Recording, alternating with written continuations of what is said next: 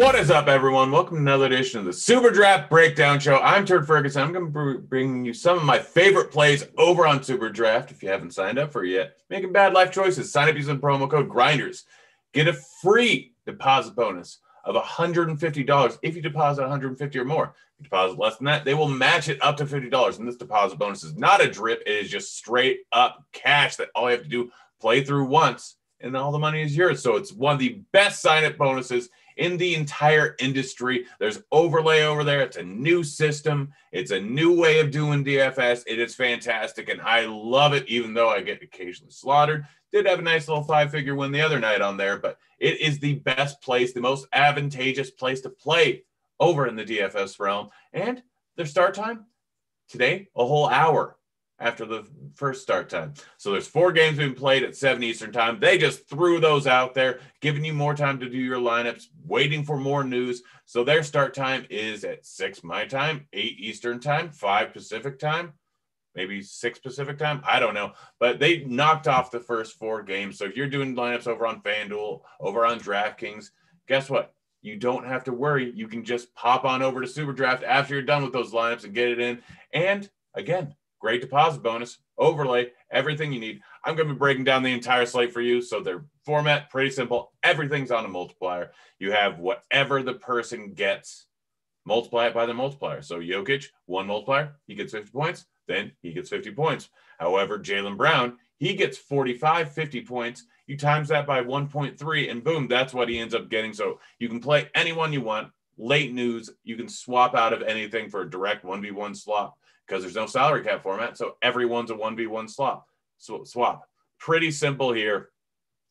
My favorite way to play things, and their pricing has gotten a little bit tighter, so it makes tournaments a whole lot more interesting. I've brought up the RG projections, thrown them into my spreadsheet here. As you can see, we have our median, floor, and ceiling outcomes based on the RG projection multiplied by the multiplier. It's that simple. That's what I did. That's what we're going off of today. I have my own projections, obviously, and I have my own way of doing things, but I've kind of highlighted the guys in blue that are my potential cash game and tournament builds. And then my guys in green are the guys I'm looking at almost solely in tournaments. Although we have a nice little interesting slate today in cash. Also, cash games over on Superdraft, lowest rake in the industry by, I think, a decent margin.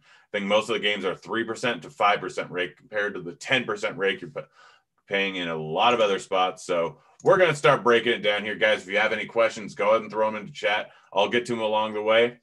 Any questions about anything, really? We can talk about fast food.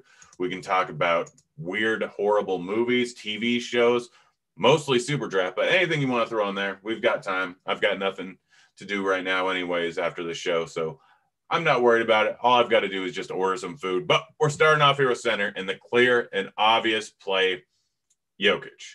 He's only had a 1x multiplier, so I wouldn't suggest fully locking him into tournaments, but if you fully locked him into tournaments, I'd be fine with it. Charlotte has been paying at one of the faster paces in the league recently. They're not good defensively. This is going to be a high-scoring game here. Jokic has been on an absolute tear. Doesn't get less than 50 points in almost any matchup, so there's very few situations where he's going to kill you, but there's a lot of situations. We look at his floor, ceiling, median. 50% of the time, he's going to end up with 57 points. That's the highest median projection for a center by 4 points. His ceiling is one of the highest outside of Porzingis. And you can still play Porzingis in the forward spot. But Jokic is just an absolute smash spot here, going up against one of the worst defensive teams, a team that struggles versus bigs, especially versatile bigs, and is a team that is running at a massive pace. So it's all around fantastic matchup. The only problem is it's 6.5 point spread. Worry about a blowout a little bit, but if this game stays close, there are very, very few ways that this doesn't end up with a 50, 60, 70 burger from Jokic. After that, we got some few interesting options that I really like for tournaments. Porzingis, we know that at any given time, he can go off for a massive game. He's a fantastic player. Gives a little bit too much to Luka in terms of his usage, so we can't fully trust him to hit 50 in any given spot. But he can be anywhere from 30 to 55 to 60. So he has one of the highest ceilings on the entire slate of any player at any position because he can get hot. Luka can have an off night. It is a match versus Clippers, which isn't a great defensive matchup. but Serge being in there could make it a little bit better for him. I'm willing to risk it, and realistically, his floor, not that bad.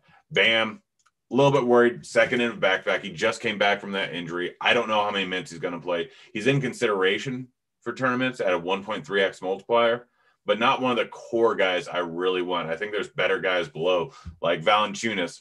We know that he can get in there. He can end up with 20 points in the first 5 minutes. He can get boards, he can get points, he can get blocks, he can get steals. He can do it all, and he can just absolutely crush on a point-per-minute basis. Matchup versus Miami isn't the greatest in the world, but for him, it really doesn't matter. At a 1.4x multiplier, any given night, you can get 50 to 60 points. Like, that's what Valanciunas is. He's a fantastic tournament play. Don't think I'd go there in cash because Jokic is such a better play. But in tournaments, absolutely a guy that I will consider using. Markkanen, since he's come back, since the All-Star break, he's been chucking 9 3-point attempts, I think, in every single game since the All-Star break. If he gets hot for me on the arc, Superdraft's scoring format is a little bit of a mix between FanDuel and DraftKings. Like FanDuel, it has the 3 points for blocks, 3 points for steals, -1 point for turnovers. Like DraftKings, it has the double-double, triple-double bonus, 3.5 points for a three-pointer, 1.5 points for assist, 1.25 for a rebound. So it's kind of a mix between those. Knowing that 3 points for a block and steal and 3.5 points for a three-pointer gives a little bit more upside to those who can shoot and those who can get stocks. So if you get a guy at a high multiplier like Robert Williams here, who can get tons of blocks and steals while he's in the game, massive range of outcomes for him. At a 1.7x multiplier, every single block is worth, I think, over 5 points of that multiplier, if my math is correct. I believe it is. So Robert Williams, guy that I'm willing to take a chance on in tournaments. A little bit of it depends on if he gets a start, if they roll out Tristan Thompson. I know they rolled out Semi last night with Tristan Thompson out of the game. But if Robert Williams ends up getting the start, he offers a pretty high ceiling. Pirtle, guy that occasionally can pull off a massive game. Chicago, not great versus bigs. They've been doing some weird stuff with their starting lineup. Occasionally Carter Jr. will start. Occasionally Thad Young will start. If Thad Young starts, it's a little bit better of a matchup for Pirtle. Going to get 30-plus minutes. The other night, he had just absolutely smashed. Over on Superdraft, I think he had over 70 points because of his 1.65x multiplier. Had over 40 before the multiplier, and he actually came out of the game for a little bit because of I think it was a head injury. Something happened to him. Ended up coming back in the game, but then it was a blowout. So he was on pace to get 50 points prior to his multiplier. So he's a guy that can absolutely put up a massive game, can get the double-double, fast-paced matchup versus Chicago. Chicago on the second end of a back-to-back. Bad defensive team in Chicago. So Pirtle can absolutely put up a big outing. He's a guy I'm going to be using a ton in tournaments. Jared Allen, it's been a little bit weird with everyone coming back, with Nance coming back. Garland's kind of been all over the place. Sexton's been all over the place. They've been in some blowouts, tough matchup versus Boston. So Jared Allen's more of a guy that I'll use if I'm bringing it back with Jaylen Brown. If I'm bringing it back with Tatum, hoping that game ends up staying close. I think the spread for it right now is fairly high. It's at 8.5. Total's really not too high at 214. So it's mostly I'm hoping for a competitive game that can be a little bit higher scoring. If that's the case, then Sexton, Garland, Jared Allen are all guys that you can bring it back with if you're playing Tatum and Brown, who as of right now project out as some of the top raw points plays on Superdraft because they have a little bit too high of a multiplier at 1.2 and 1.3. They're probably going to be fairly heavily owned because they're the top cash game options, and people tend to throw their cash game teams into tournaments. So they're going to be decently heavily owned. Probably most lineups are going to have one or the other. A lot of lineups will probably have both because, again, both of them are currently in the cash big game build. So we'll look over at forward here, but in a second. But rest of the guys, not really tickling my fancy. Eubanks had a decent night the other night, but not really a guy I can trust. Zubac, if Serge is out, he's at a high multiplier, but I still don't think it's high enough for him to get there. Patton is a guy that's a little bit interesting in tournaments, but with Christian Wood coming back, even though he's going to be limited, I doubt he's going to have enough minutes to really justify that price. Patton would have to get in there, get a double-double, and end up getting a few three-point attempts. And now the dog's walking all over the plastic in my room because I did not clean it up because I'm lazy. But that's beside the point. We'll move on over to forward. Again, guys, any questions, any player you want me to talk about, go ahead, throw it into chat, and I'll get through it throughout the show. But forward, So a lot of the guys that I'm looking at for cash are both forward and guard eligible. So you'll see a lot of guys highlighted both for forward and for guard. There's a lot of options today. As you can see, the median projected outcome of the top guy at forward, Jaylen Brown, is only 4 points higher than the 8th guy in Gordon Hayward. So I'm not going to argue with too many different things for cash. As of right now, I think Tatum, Brown, Kevin Porter Jr., even though Wood's coming back, I think Kevin Porter is probably going to end up with a pretty decent role. With Oladipo out, with all the other guys out, and with Christian Wood being limited probably to around 20 minutes would be my guess, because Houston has no reason to roll him out for a lot of minutes, even though there are a ton of other guys out. I think Kevin Porter still stands out as one of the best plays on the slate. He's going to get a boatload of usage. Matchup versus Golden State, the second fastest paced team in the NBA right now, one of the worst defensive teams in the NBA right now. The game could be a blowout, but if it stays close, then Kevin Porter can have an absolutely massive outing.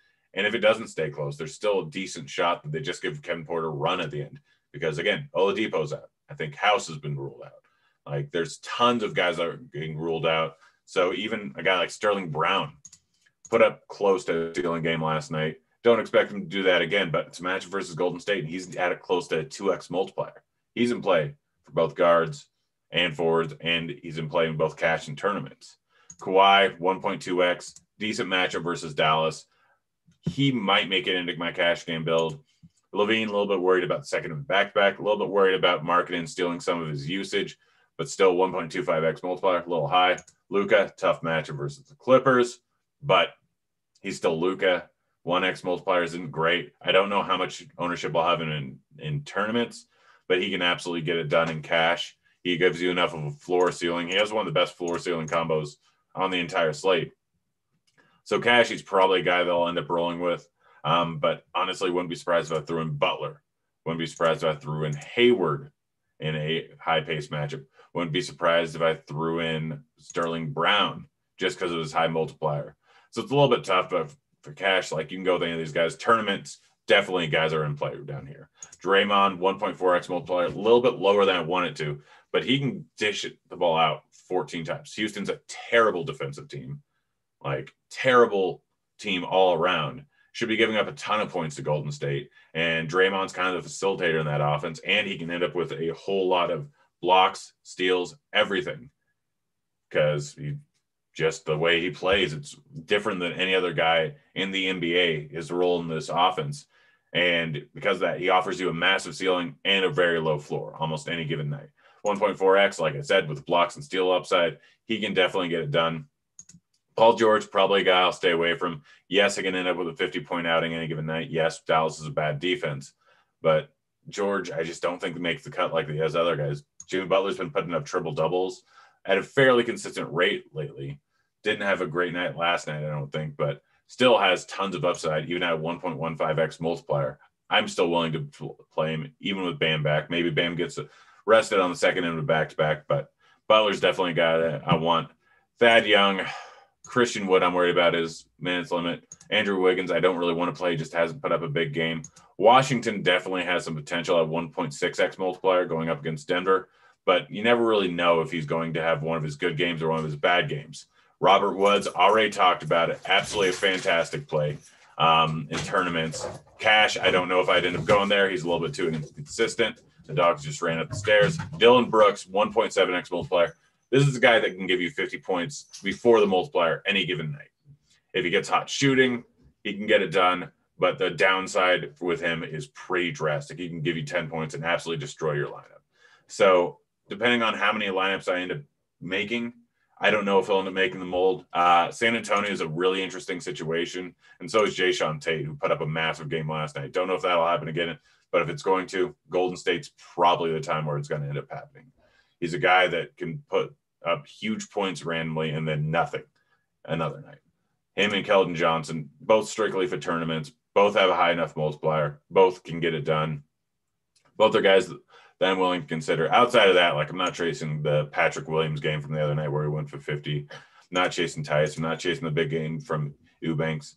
I'm not chasing Kyle Anderson in his early on production that he had when he was playing a boatload of minutes. Serge probably not going to play. Lonnie Walker could put up a big outing, but could just do terrible. JaVale McGee, you can't trust his minutes. So all these guys just probably don't make my build for either cash or for tournaments. So it's pretty much the guys that I've highlighted here are the main ones I want to go with. Maybe Dylan Brooks, maybe Jae'Sean Tate, but that's forward. Guard, a lot of the same guys here. So Kevin Porter Jr., because they're all multi-positional eligibility.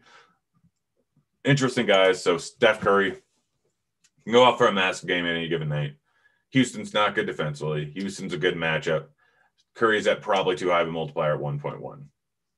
Colin Sexton has been really hit or miss lately, but they still have him at a 1.55x multiplier. This is a guy that can legit put up 50 fantasy points any given night, even versus the Celtics, even in a lower scoring game. I think that Colin Sexton is probably going to be in my cash game build. I'm still kind of on the fence between him and DeJounte Murray. Without DeRozan in there, like Murray can definitely put up a huge night, but his downside is a little bit higher than I'd really like. Match for Chicago is a perfect spot for him to put up a 50 fantasy point game without Murray or without DeRozan and without LMA in the offense. So DeJounte Murray is definitely a guy that you can look at in tournaments. Chicago, perfect matchup. You can pair him with Levine in tournaments. You can pair him with Markkanen in tournaments.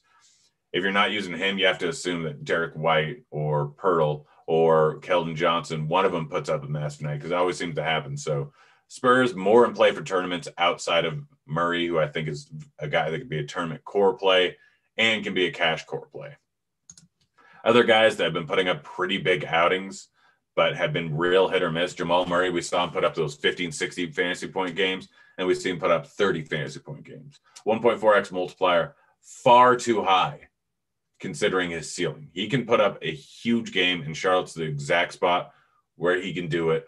I really like him for tournaments. John Morant, been hit or miss, had some rough games recently, but there was a while where when games stayed close, he put up 50 points.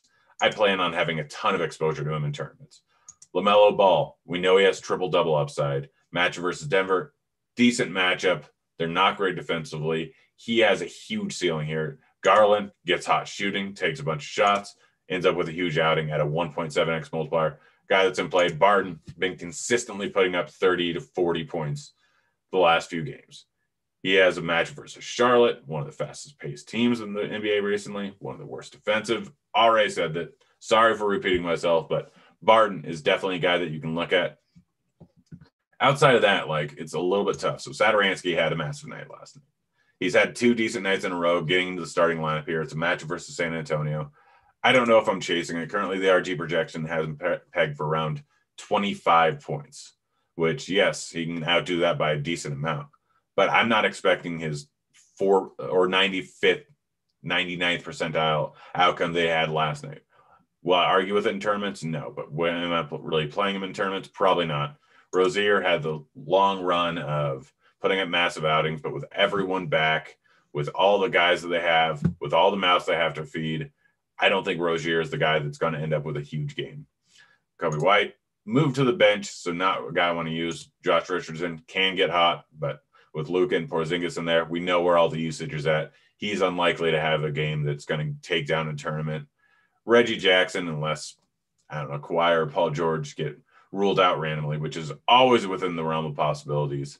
Not a guy I want to go with. Same thing with Lou Will, just kind of the way that the Clippers go, but that's pretty much the slate there. Looking down further, none. Probably not a guy you want to go with. I know he was having that run of 40 points game, but that guard situation is diluted enough where he's not going to end up with high 30 minutes. Like, with everyone healthy in that offense, they're going to play all their guards.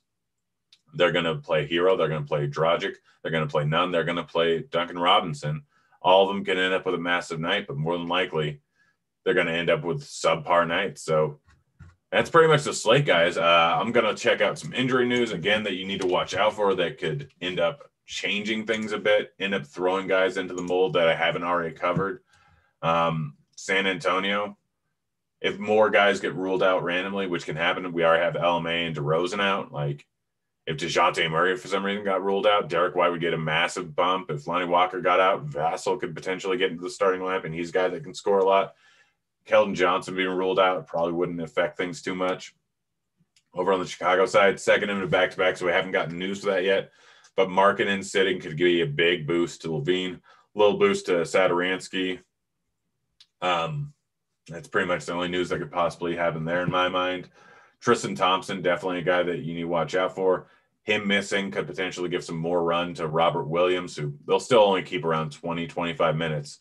But if he gets 25 plus minutes, then with his block and steal upside, he can put up 40 points at a 1.7x multiplier. That could be a slate breaker. Cleveland, not expecting too much there. Golden State, not expecting too much there. Houston, obviously, if Christian Wood doesn't play, then they have even less bodies than they had last night. Porter, Sterling Brown, Tate, all of those guys are just going to play massive minutes, whether the game's close or not. All of them are fantastic plays. All of them have high multiplier, and you know the usage has to come from somewhere. If Christian Wood, for some reason, doesn't play, I'm pretty much locking in at least one Houston player into every single lineup because a match versus Golden State is just far too good. Charlotte, not expecting any news there. Denver, not expecting any news there. Watch out for the Clippers, one of the last games of the night. But if Kawhi or Paul George get ruled out randomly, you can always swap over to the other guy, or you could swap over to Luka or Porzingis on the other side. So not a bad situation. Not expecting anything out of Miami, out of potentially Bam sitting on the second end of back-to-back after coming off his injury, but don't know if that's the most likely scenario. I think they make it play. Kevin got a question here. How much of the chalk should there? How much off the chalk should I be? Hope that makes sense. So it depends. It depends on every single given night.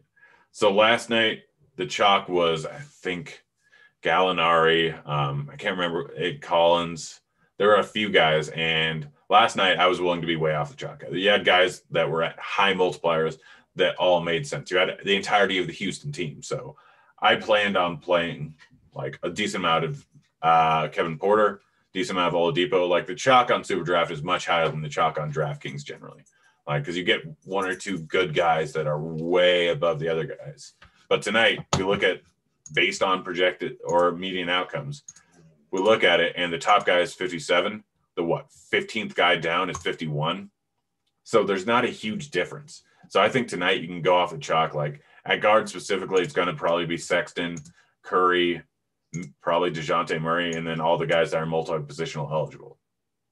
I like getting off the chalk with a guy like Jamal Murray, who hasn't been great lately. People are going to look at game logs, but it's a match versus Charlotte. He has massive upside. Ja Morant has massive upside. I mean, I'm going to pull up our G page, look at Ja Morant's stats recently, look at the game score, so game log. So Phoenix game, I think it was a blowout. He only played 28 minutes, only put up 25 points. It's not going to get you there. 2 games before that, 35, 35. Before that, 44, 51, 58.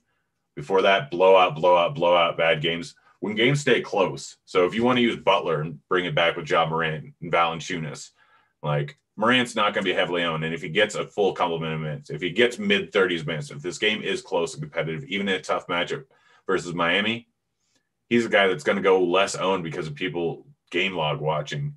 And he is a guy that has huge potential. Pulling up Murray has not done well recently. 36, 21, 18 points. So he's done real bad the last few games. But he's still putting up 13 shot attempts in those games, just not shooting the ball well, not shooting well from behind the arc. Had 4 straight games going 1 for 5. If he gets hot, he's going to shoot more. If he puts up 11 shot attempts and he's hot, he's putting up 55 points, which over on Superdraft, that would be, 80 at a 1.4x multiplier? So he's a guy that's going to go under on tournaments who could put up the top score on the entire slate. Like, again, with Superdraft, you can actually have the optimal lineup. You can have the 7 top scoring guys on the entire slate, and it actually happens fairly often because there is no salary cap and it's all multipliers. So everyone's a 1v1 swap. You can be one player off the top team on the entire slate, off the optimal, and end up in 30, 40, 50th place because you had one random dub in there because you can play anyone you want. So Morant's a guy that can go off the chalk. LaMelo, I don't know how chalky he's going to be, but he's definitely a guy with a ton of upside. Sterling Brown, Markkanen. There are a lot of high multiplier guys like Pirtle, Barton, Garland, Robert Williams, who can end up with one of those outlier nights because of their high multiplier, and they can be pretty far off the chalk. Our Bethany, this isn't a DraftKings show. We'll have that on Grinders Live later today. I think Dean's on today. But yeah, we'll check in around 4 or 3:30 my time, 2:30 Pacific, 5:30 East Coast time, and they'll have a DraftKings show there. But this is strictly a Super Draft show. But that's the entire slate. Hope you guys enjoyed. Again, get signed up using the promo code Grinders. Get in there. Get some free money with all the overlay. Get some free money with a great deposit bonus, $150. If you deposit $150 or more, up to $50 match. It's fantastic deposit bonus. Get in there, get playing, and get some money. Good luck on your contest tonight, guys. I'm out of here. See you, kids.